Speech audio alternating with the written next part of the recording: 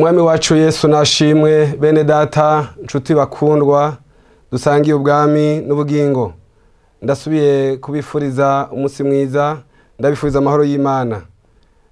Jewe turiko turavugana ni mwene so Pasteur Vital Niyonizigiye. Nagomba dusangira amajambo y'Imana avuga ngo uhoraho ateramira ijambo yavuze ku muntu kugira ngo ayashitse, canke ijambo Imana yavuze ku muntu ngo irishitse. Twagomba dusangira amajambo y'Imana ari mu gitabo c'uwavugishwa n'Imana Yeremiya, igice cyaho ca mbere ku murongo wa 4, aravuga ngo nuko ijambo ry'uhoraho rinzako riti ntarakubumbira mu nda nari ndakuzi, kandi utarava muri yo nari narakurobanuye, nagushizeho kuba uvugishwa nanje mu mahanga. 11 havuga ngo maze ijambo ry'uhoraho rinzako rirambaza ritubonye kiga Yeremiya, ndavuga nti mbona ishami ry'umurinzi.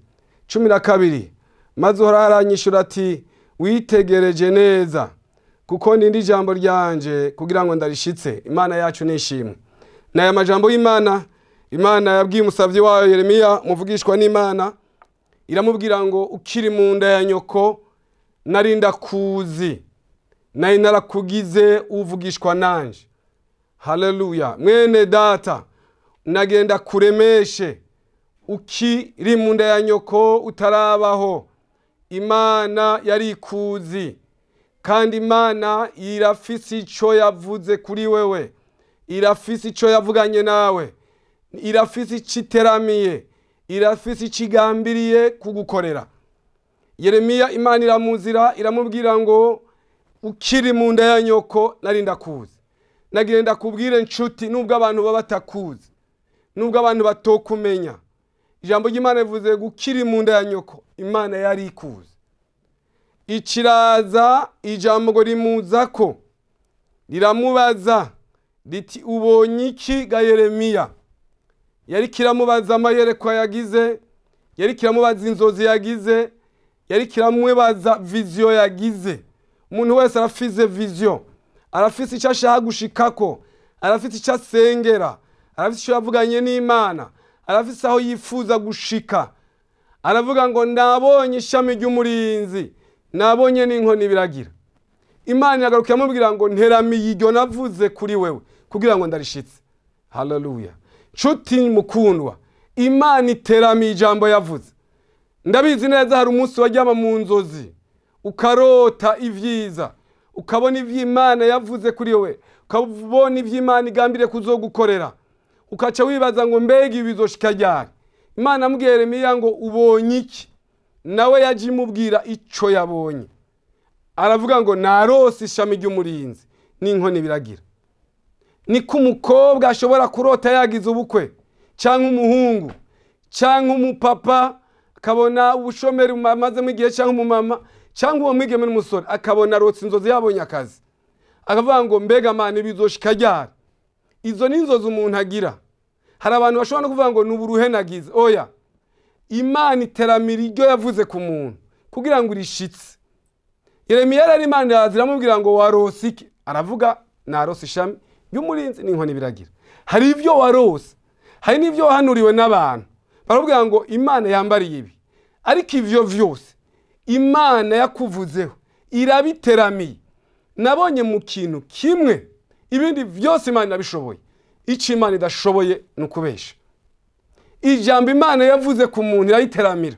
Kandi Imana yacu ni Imana ikundana, ni Imana itibagirwa. Iramubwira ngo nteramira iryo navuze kugira ngo ndarishitse.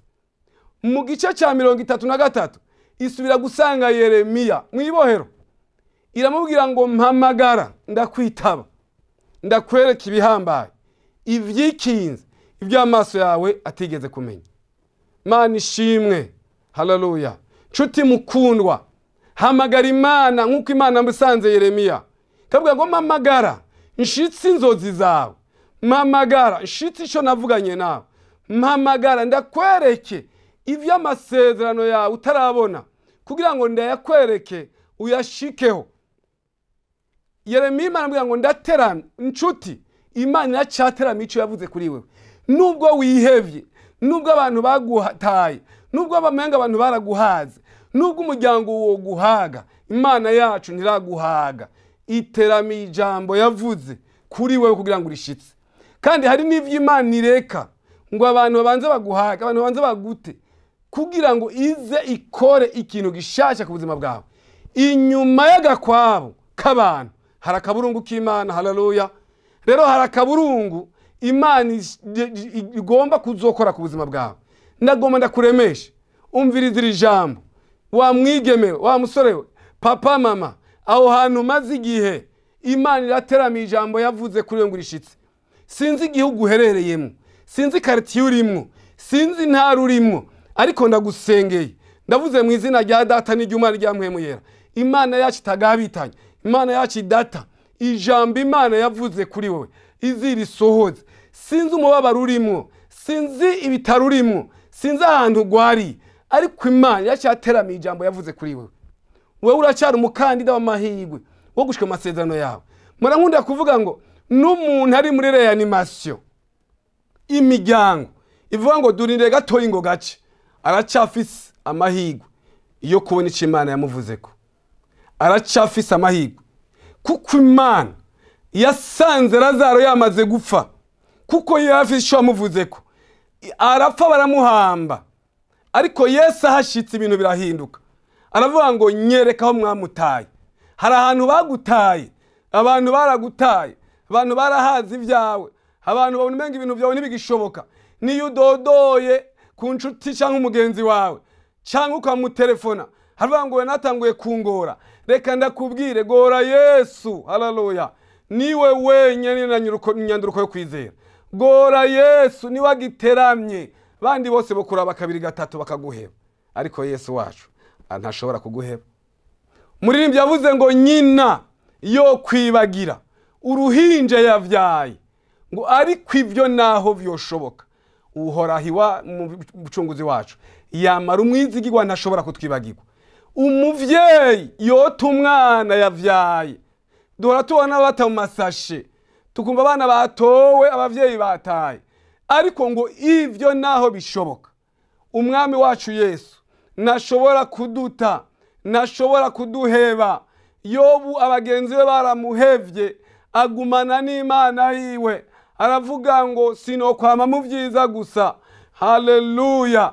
Nibibi turabicamwo. Igihe kimwe abwira abagenzi biwe, arababwira ngo nubwo igiti cyatemwe ndacafise ivyizigiro, kwigihe kimwe igishitsi kizokuma imvura kigasura gashamika. Nagenda kubwira, igishitsi igiti yo bagitemye gishobora kuba ahantu ahari abantu babi, nico gishitsi bakacimba bakaca kugiturira, ariko ibanga ry'igiti n'umuzi. Natwe ibanga ryacu ni Kristo, niho dushamikiye. Kandi uwo muzi kurambira mu kuzimu, higihe imvura iguye, hahandi ca gishitsi bacimba kirasura gashamika kanaga, bagasura kukubona carahagurutse. Nagire ndakubwire, nubwo bagutemye, nubwo bagutaye, uracara umukandida w'amahirwe wo kubona amasezerano yawe.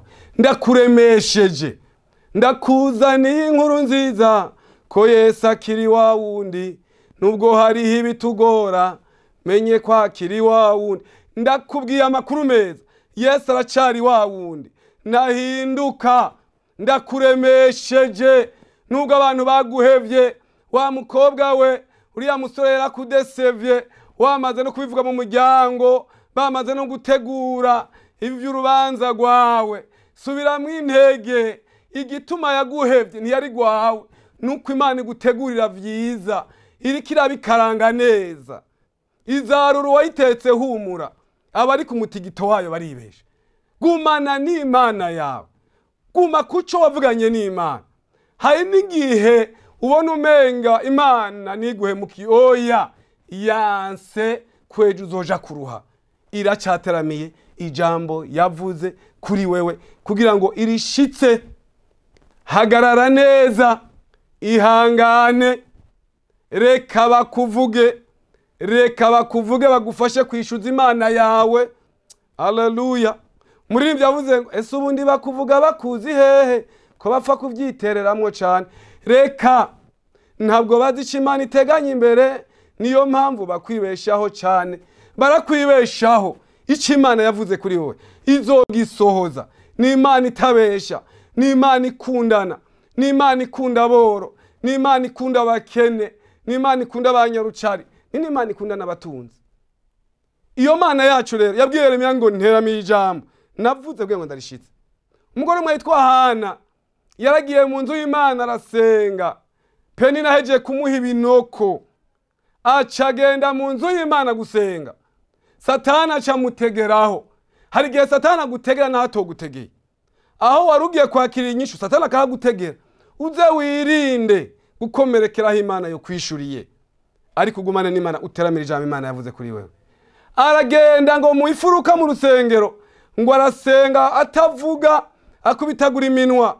Umuherezi Eli ngo amaze kumuraba, aramwihweza, aramubwira ngo mbega wa mugore we, nta kuntu woheba iyo vino kuko uza mu nzu y'Imana uborewe. Haleluya.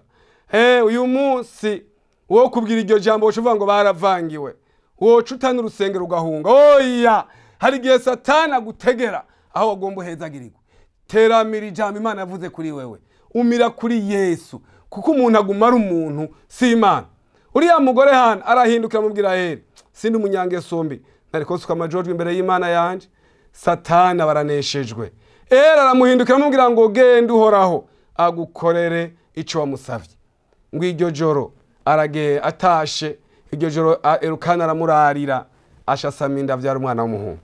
Hari amajambo nakunze Hana yavuze mu ndirimbo yiwe mu gitabo cha Samweli wa mbere igice cyaho cya kabiri, indirimbo ya Hana yo gutazira. Niyo majambo nagira ndangirize ko nagomba ndakuremeshe, ndakubwire ngo Imana yacateramiye ijambo yavuze kuri wewe izobishitsa. Ihangane nshuti, suko bizohora, ikigeragezo sikiraka ku muntu. Ihangane nshuti, suko bizohora, ikigeragezo sisudire kuri wewe. Imana izokugirira neza. Imana yacu ni nziza, Imana yacu ntirenganya, Imana yacu ntigigiturire. Haleluya. Nanje narayibonye. Ni Imana nziza, ni Imana itanga amahoro, ni Imana igira neza. Hana amaze kuvyara Samweli, aravuga ngo maze Hana arasenga ati umutima wanje uvugiriza uhoraho impundu, ihembe ryanje rivyuwe n'uhoraho, akanwa kanje kasamiye abansi banje, kuko nezerejwe n'agakiza kiwe. Ntawera nk'uhoraho, kuko atayindi Imana atari we, kandi nta gitandara kimeze nk'Imana yacu. Haravuga ngo ntimukongere kuvuga uvy'ubwibone gutyo n'ivy'amanyama, ntibigasubire kuba muri mwebwe. Arahaguruka ashima Imana, arasenga, aravuga ngo umutima wanje uvugiriza uhoraho impundu, ihembe ryanje rivyuwe n'uhoraho. Nagire ndakubwire, ihembe ry'amasezerano ryabo rizovyugwa n'uhoraho.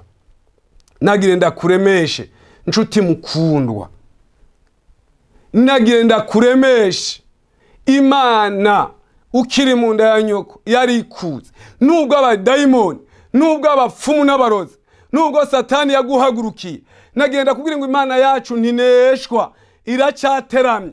Hari n'ivyo yaretse ngo abapfumu n'abo barozi nizo mbaraga zikuzimu zigerageze. Ariko nagenda kubwira hari imbaraga ziruta izindi mbaraga. Izo ni za Yesu, izo zaje kumva ya Lazaro, ziranyiganyiza ziratembagaza ibuye. Haleluya. Baratwenga baratwenga ngo yabuze kuza kare, aje yamaze gupfa. Hari ivyo Yesu areka abantu bakabona umengo byarapfuye, kugira ngo aho abantu bacishije amajambo bavuga, Imana isubirize hacisha umugisha, abantu bavuge ngo wari ngomba vyaye gatanu. Imana yacu nishimwe. Ndakuremesheje, Imana yacu iracahari, iracakora ibitangaza. Imana yacu ni saza ngo yitwaza akabando. Imana yacu ntawirenganya. Imana yacu ni nziza. Imana yacu ni nyamugisha. Imana yacu irakundana. Imana yacu nitoranya ku butoni mu mahanga yose. Paulo niko yavuze, uyubahira mwemere kamwemeza n'abatamwemeye. Iteramira ijambo yavuze kugira ngo urishitse. Ndakuremesheje, rema ntiwihebure, intambara si yacu ni Yesu azoyigwana. Rema ntiwihebure. Rema ni Yesu ariko aragwana iyo ntambara. Hagarara, senga, yihamagare, yinginge. Igihe kimwe Yobu yaciye avuga, niri jambo ndangirijeko ngo hari ivyo nahi numvishije amatwi, amaso yanje aravyiboneye. Hari ivyo wumvishije amatwi, hari ivyo abantu bakubwiye ngo narose inzozi. Yosefu yarose inzozi, azibwira bene se, arazirotora, baramubwira ngo urasaze. Arasubira arota izindi ati ubuhoho biracitse. Na so na nyoko nabo aravuga ati narose inzozi gusa, kuko iteramira ijambo yavuze. Bamugirira ishari, baramudandaza. Nagirenda kubwira, imigere yose ntibabaza, hariho iyunguruza. Baramudandaza, baramugurisha, aragenda muri Egiputa. Ntibamenya ko bamutere mu masezerano yiwe, kandi baba nyine bamudandaza. Nibo basuye kuja kumufukamira. Nagenda kubwira, aho abantu bacishije amajambo yo kukuvuga, iteramiye ijambo nizocisha umugisha, iza kugutabara, kandi bazoza babirabe batangare. Umwami Yesu aguhezagire. Ndakuremesheje, nureme, nuhumure, niwakire ubwo buhanuzi mu izina rya Yesu. Nsubira ureme, iracari iteramiye. Aho uri hose, igihugu urimo iracari iteramiye. Hariho umunsi umwe amakuru meza bazoyamenya abari baza amakuru mabi. Umwami Yesu aguhezagire. Mana ndagushimiye, izina ryawe rishigwe hejuru, kugiteramiye ijambo wavuze kuri uyu mwene data ariko arankurikirana. Umuhezagire, mukure kwigisuzuguro. Uhoraho Imana data, we ugiteramiye ijambo yavuze. Hari amasezerano y'abantu wabasezeraniye.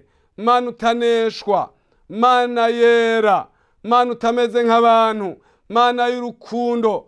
We wakijije umwana wa Yayiro, uracakiza.